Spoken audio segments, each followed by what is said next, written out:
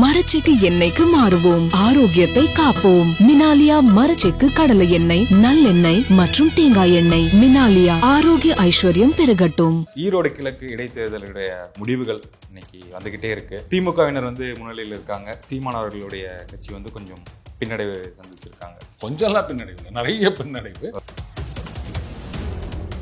So இந்த தேர்தலை பொறுத்த வரைக்கும் இது எல்லாருக்கும் வெற்றின்னு சொல்வதற்கான வாய்ப்பாக தான் நான் பார்க்குறேன். திமுகவும் சொல்லிக்கலாம் நாங்கள் ஜெயிச்சிட்டோம் அப்படின்னு.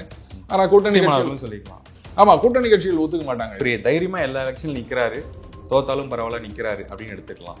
இன்னொரு பக்கம் பார்த்தோம்னா ஏன் எல்லா எலெக்ஷன் நின்று தோத்துட்டே இருக்காரு, இது அவருக்கு ஒரு நெகட்டிவ் தானே ஆகிட்டு இருக்கு. அவர் போட்டி போட்டாலும் பர்சன்டேஜ் இன்க்ரீஸ் பண்ணிட்டு வராரா இல்லையா, ரெகக்னிஷன் தனியாக நின்று வாங்கினாரா இல்லையா, இது மாதிரி எத்தனை பேரால சாதிக்க முடியும் சொல்லுங்க? எந்த விதமான ஒரு பின்புலம், இது ஒரு பாசிட்டிவ் தான் சொல்றீங்க.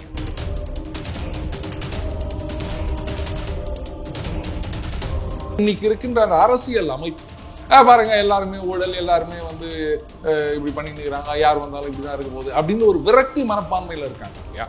அவங்கள பெரும்பாலானவருடைய வாக்குகள் நாம் தமிழர் பக்கம் வருகிறது. ஸ்டாலின் மேல ஒரு அன்பு கொண்ட மக்களே இப்ப வெறுப்பை திணிக்க ஆரம்பிச்சிட்டாங்க. இப்போ தாவேக்கான்னு புதுசா ஒருத்தங்க வரும்போது இது நாம் தமிழருக்கு ஒரு கிளாஷ் தானே. இது மாதிரி வெறுப்பு ஓட்டு அப்படின்னு அவரு ரெப்ரசன்ட் பண்றதுன்றது வேற மாதிரியான அரசியல் சீமானவர். ஆனா தாவேகாவை பொறுத்த வரைக்கும் இவங்க இங்கேருந்து கொஞ்சம், இங்கேருந்து கொஞ்சம், இந்த கட்சியில இருந்து கொஞ்சம், அந்த கட்சியில இருந்து கொஞ்சம், இப்படி எல்லா கொள்கையும் ஒன்னா சேர்த்து இப்படி போட்டு குலுக்கி போட்டு அதே மாதிரிதான் வந்துருக்கு. அதான் இப்போ 2 பேர் அரசியல் பண்றாங்க. மூணாவது ஒருத்தர் வராரு அப்படிங்கும் போது சீமானுக்கு ஒரு ஆதரவு கொடுத்தாங்க மக்கள். இந்த மாதிரி ஒரு வெறுப்பு ஓட்டுகள் வருது. இல்ல இல்ல விஜய் இல்ல இல்ல சொல்றேன்.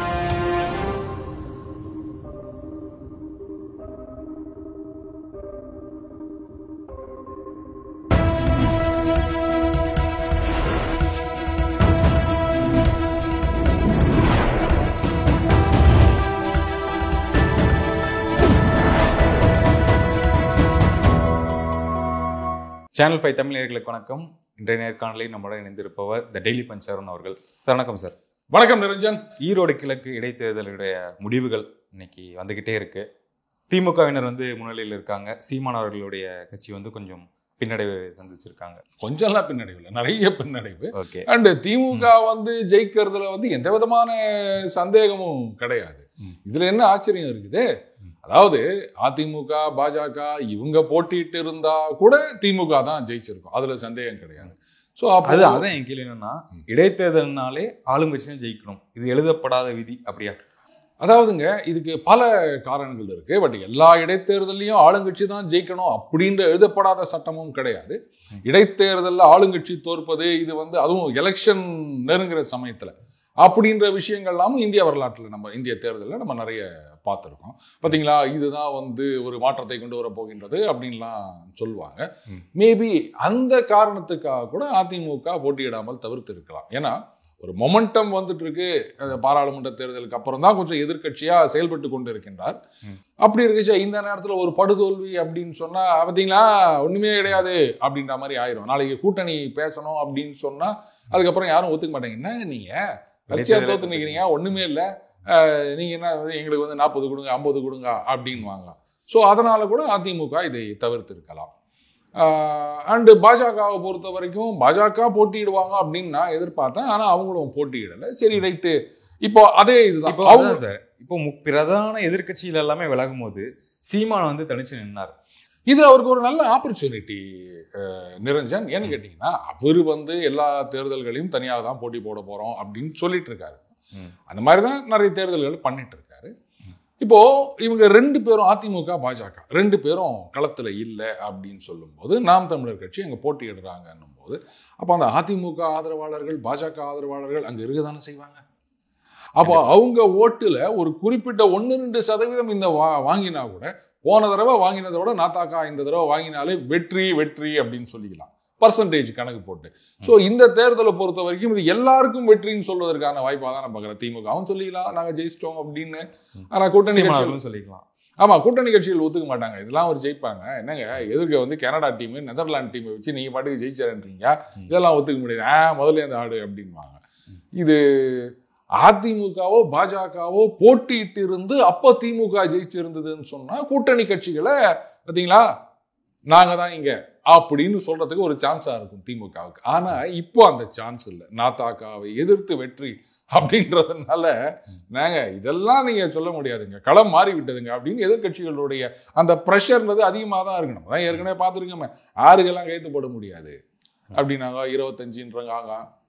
ஸோ அந்த ஒரு அழுத்தம் இருக்க தான் செய்யும். இது அதிமுகவும் பாஜகவும் விலகினதுனால திமுக இப்படி ஒரு சிக்கலை கொண்டுட்டாங்க அப்படிதான் நான் பார்க்குறேன். இன்னொரு ஆங்கிள் பார்த்தோம்னா இவர் தைரியமா எல்லா எலெக்ஷன்ல நிற்கிறாரு, தோத்தாலும் பரவாயில்ல நிற்கிறாரு அப்படின்னு எடுத்துக்கலாம். இன்னொரு பக்கம் பார்த்தோம்னா ஏன் எல்லா எலெக்ஷன் நின்று தோத்துட்டே இருக்காரு, இது அவருக்கு ஒரு நெகட்டிவ் தானே ஆகிட்டு இருக்கு அப்படிங்கிற விஷயம் இருக்குல்ல. அதாவதுங்க ஒரு கவுன்சிலர் இருக்காங்களா, ஒரு எம்எல்ஏ இருக்காங்களா, அந்த கேள்வி வருது. கரெக்ட். இப்போ விசிகா மாநில கட்சியாக அங்கீகாரம் பெற்றது எப்படி? திமுகவோட கூட்டணியில் இருந்தானே வாங்கினாங்க. ஆனா நீங்க கேக்குறீங்களே, ஒரு கவுன்சிலர் கிடையாது, ஒரு எம்எல்ஏ கிடையாது அப்படின்னு. ஆனால் ரெகக்னிஷன் வாங்கியிருக்காரா இல்லையா சீமா? தனியா நின்று. இப்போ ஏன் தோத்து போறாங்க அப்படின்னா, ரைட்டு தோத்து போனாலும் ரெகக்னிஷன் வாங்கியிருக்காங்க. இன்னைக்கு அகில இந்திய கட்சிகள் அப்படின்னா மார்க்சிஸ்ட், சிபிஐ 2 பேரும் லைன்ல வந்து நிற்பாங்க. எத்தனை எம்பி வச்சிருக்காங்க? எனக்கு பதில் சொல்லுங்களேன். இங்க தமிழகத்துல 2 அப்படின்னு கொடுத்துருக்காங்க. இது இல்லாம கேரளத்துல 1, அதுக்கப்புறம் ராஜஸ்தான்லயோ எங்கேயோ 1 அப்படின்னு நினைக்கிறேன். தமிழகத்தை விட்டாச்சுன்னா மொத்தமே 2 சீட்ல தான் ஜெயிச்சிருக்காங்கன்னு நினைக்கிறேன் கம்யூனிஸ்ட். ஆனா அவங்க தேசிய கட்சின்னு சொல்லியிருப்பாங்க. அவங்க மற்ற மாநிலங்கள் இல்லாம போட்டி போடுறாங்க. கூட்டணியில் இருந்தோ இல்லாமலோ, உள்ளிருந்தோ வெளியிருந்தோ, கூட்டணிக்கு உள்ள இருந்து வெளியோ, இப்படி எத்தனையோ விதமா அவங்க போட்டு. அவங்களாம் யாராவது கேட்குறீங்களா? ஏங்க நீங்க தான் ஜெயிக்கிறதே இல்லையா, திருப்பி ஏங்க நீங்க போட்டி போட்டுக்கிறீங்க, யாராவது கேட்டீங்களா? அதையும் சீமான் அவர்களை பார்த்து மட்டும் இந்த மாதிரி கேள்வி கேட்டுக்கிறீங்க நீங்க. அவர் போட்டி போட்டாலும் பர்சன்டேஜ் இன்க்ரீஸ் பண்ணிட்டு வராரா இல்லையா? ரெகக்னிஷன் தனியா நின்று வாங்கினாரா இல்லையா? இது மாதிரி எத்தனை பேரால சாதிக்க முடியும் சொல்லுங்க? எந்த விதமான ஒரு பின்புலம். இது ஒரு பாசிட்டிவ் தான் சொல்றீங்க. நிச்சயமாக பாருங்க, எல்லாத்துலயுமே நீங்க நெகட்டிவா பார்க்கணும்னு அவசியம் கிடையாது. இப்போ எந்த ஒரு விதமான கூட்டணி கட்சிகளுடைய தயவும் இல்லாமல் தனியா அவருடைய தம்பிகளை மட்டுமே நம்பி அவர் இன்னைக்கு 8% ஓட்டு வாங்கி ஒரு மாநில கட்சியா ஒரு அங்கீகாரம் வாங்கி இருக்காரு அப்படின்னும் போது இது ஒரு பெரிய விஷயம் இல்லையா? இதை விட்டுட்டு நீங்க இந்த மாதிரியா இப்படியா அப்படியா அப்படின்னா அது ஏத்துக்க முடியும். வைத்தறிச்சல் அப்படின்னு தான் சொல்ல முடியும். அண்ட் இது அவருக்கு நல்ல ஒரு வாய்ப்பு. அது அந்த பெரியார் சர்ச்சை அப்படின்றது இந்த நேரத்தில் அவர் எழுப்பி இருக்க வேண்டாம் தான் நான் பார்க்குறேன். ஏன்னா இந்த தேர்தலில் அவர் கான்சென்ட்ரேட் பண்ணியிருக்கணும். ஆனா அதை விட்டுட்டு அவரு வேற விஷயங்கள்ல தான் கான்சென்ட்ரேட் பண்ணாரு. அது இவருக்கு எப்படி சாதகமா பாதகமா அதெல்லாம் சொல்ல முடியாதுங்க. பை எலெக்ஷன்ல ஓட்டு விழுறது ஓட்டு விழாதது இதெல்லாம் கொள்கைக்காக இதெல்லாம் சொன்னீங்கன்னா அப்புறம் சிரிப்பாங்க எல்லாரும். எப்படி ஓட்டு விழுது அப்படின்றது நமக்கு தெரியும். பட்டி தொட்டி எங்கும் பார்த்துருக்கீங்களா? சரி, இன்னொன்னும் பார்த்தேன் சார், நீங்களும் பார்த்துருப்பீங்க. என்னன்னா 2 பேருக்கு கள்ள ஓட்டு போட்டிருக்காங்க. ஒரு இஸ்லாமிய பெண்ணுக்கும் ஒரு இஸ்லாமிய ஆணுக்கும். 2 பேர் தான் நினைக்கிறேன். அவங்களுக்கு மட்டும் கள்ள ஓட்டு போட்டிருக்காங்க. போய் ஓடுறதுக்கு முன்னாடியே அவங்களுடைய ஓட்டு குத்திருக்காங்க. இதையும் எந்த ஒரு அதாவதுங்க இதுக்கு ஒரு ப்ரொவிஷன் இருக்குதுங்க. அது என்னன்றது முழு விவரம் விசாரணையில தான் தெரிய வரும். மற்றபடி உங்க ஓட்டை யாரோ போட்டாங்க அப்படின்னா அது பை மிஸ்டேக் கூட ஏதாவது நடந்திருக்கலாம். நம்பரை மாற்றும் போது சம்திங் எப்படி வேணா நடந்திருக்கலாம். அது விசாரணையில தான் வெளில தெரிய வரும். பட் அந்த மாதிரி சார் உங்க ஓட்டை யாரோ போட்டாங்க அப்படின்னு சொன்னா அப்பவும் நாம ஓட்டு போடுவதற்கு ஒரு ப்ரொவிஷன் இருக்கு. என்ன ஒண்ணு அதை தனியா இது பண்ணி வச்சிருவாங்க. கடைசியில அந்த டிஃபரன்ஸ் குறையும் போது அப்ப அது பார்ப்பாங்க. இது எப்படி நடந்தது அப்படின்னு தெரியல. முழு விசாரணை ஆனாதான் இது தெரிய வரும். முக்கியமா இது விசாரிக்கப்பட வேண்டிய விஷயம். ஏன்னா எலக்ட்ரானிக் ஓட்டிங் மிஷின் வந்தாச்சு. அதனால இஷ்டத்துக்கு யாரும் குத்தி எல்லாம் போட முடியாது. இவங்க பார்த்துட்டு அதுக்கப்புறம் அவங்க அந்த ஆபீசர் அந்த பட்டன் அமுக்கணும். அதுக்கப்புறமா போயிட்டு தான் நீங்க இது பண்ண முடியும். பேலட் பாக்ஸ் அப்படின் போது இதெல்லாம் கிடையாது. டக்குன்னு ஒரு 10 சீட் எடுத்து இவங்க அப்படின்னு போடலாம். அது பழைய காலத்து நடைமுறை. அப்படி ஒரு பாசிபிலிட்டி இருந்தது. இதுல அது கிடையாது.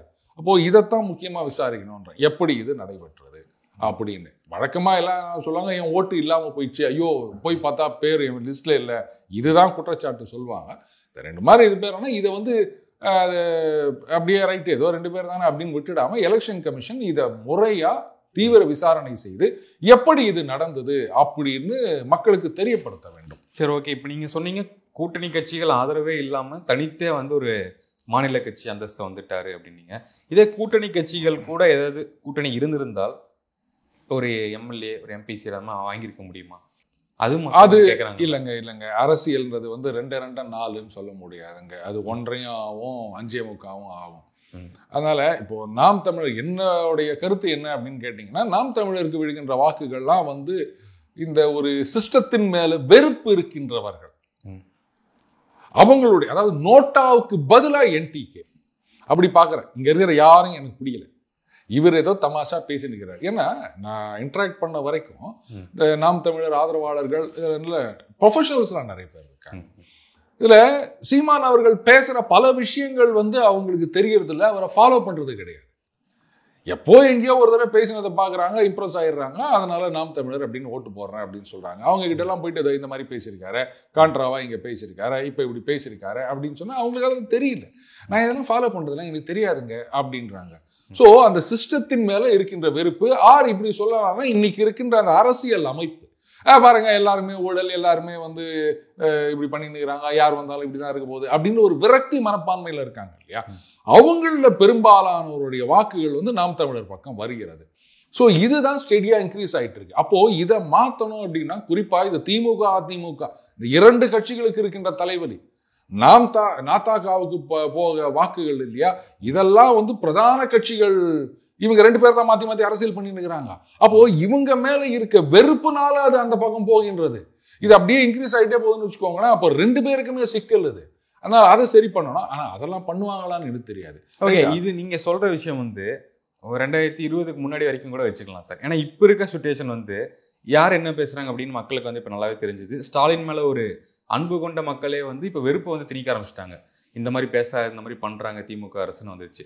இப்போ தாவேக்கான்னு புதுசா ஒருத்தவங்க வரும்போது இது நாம் தமிழருக்கு ஒரு கிளாஷ் தானே, இவங்க ஓட்டு இங்க பிரிவுக்கான வாய்ப்பும் இருக்கும்ல? இல்ல, அதுதான் நம்ம ஆரம்பத்திலேயே நம்ம சொல்லியிருக்கோம்.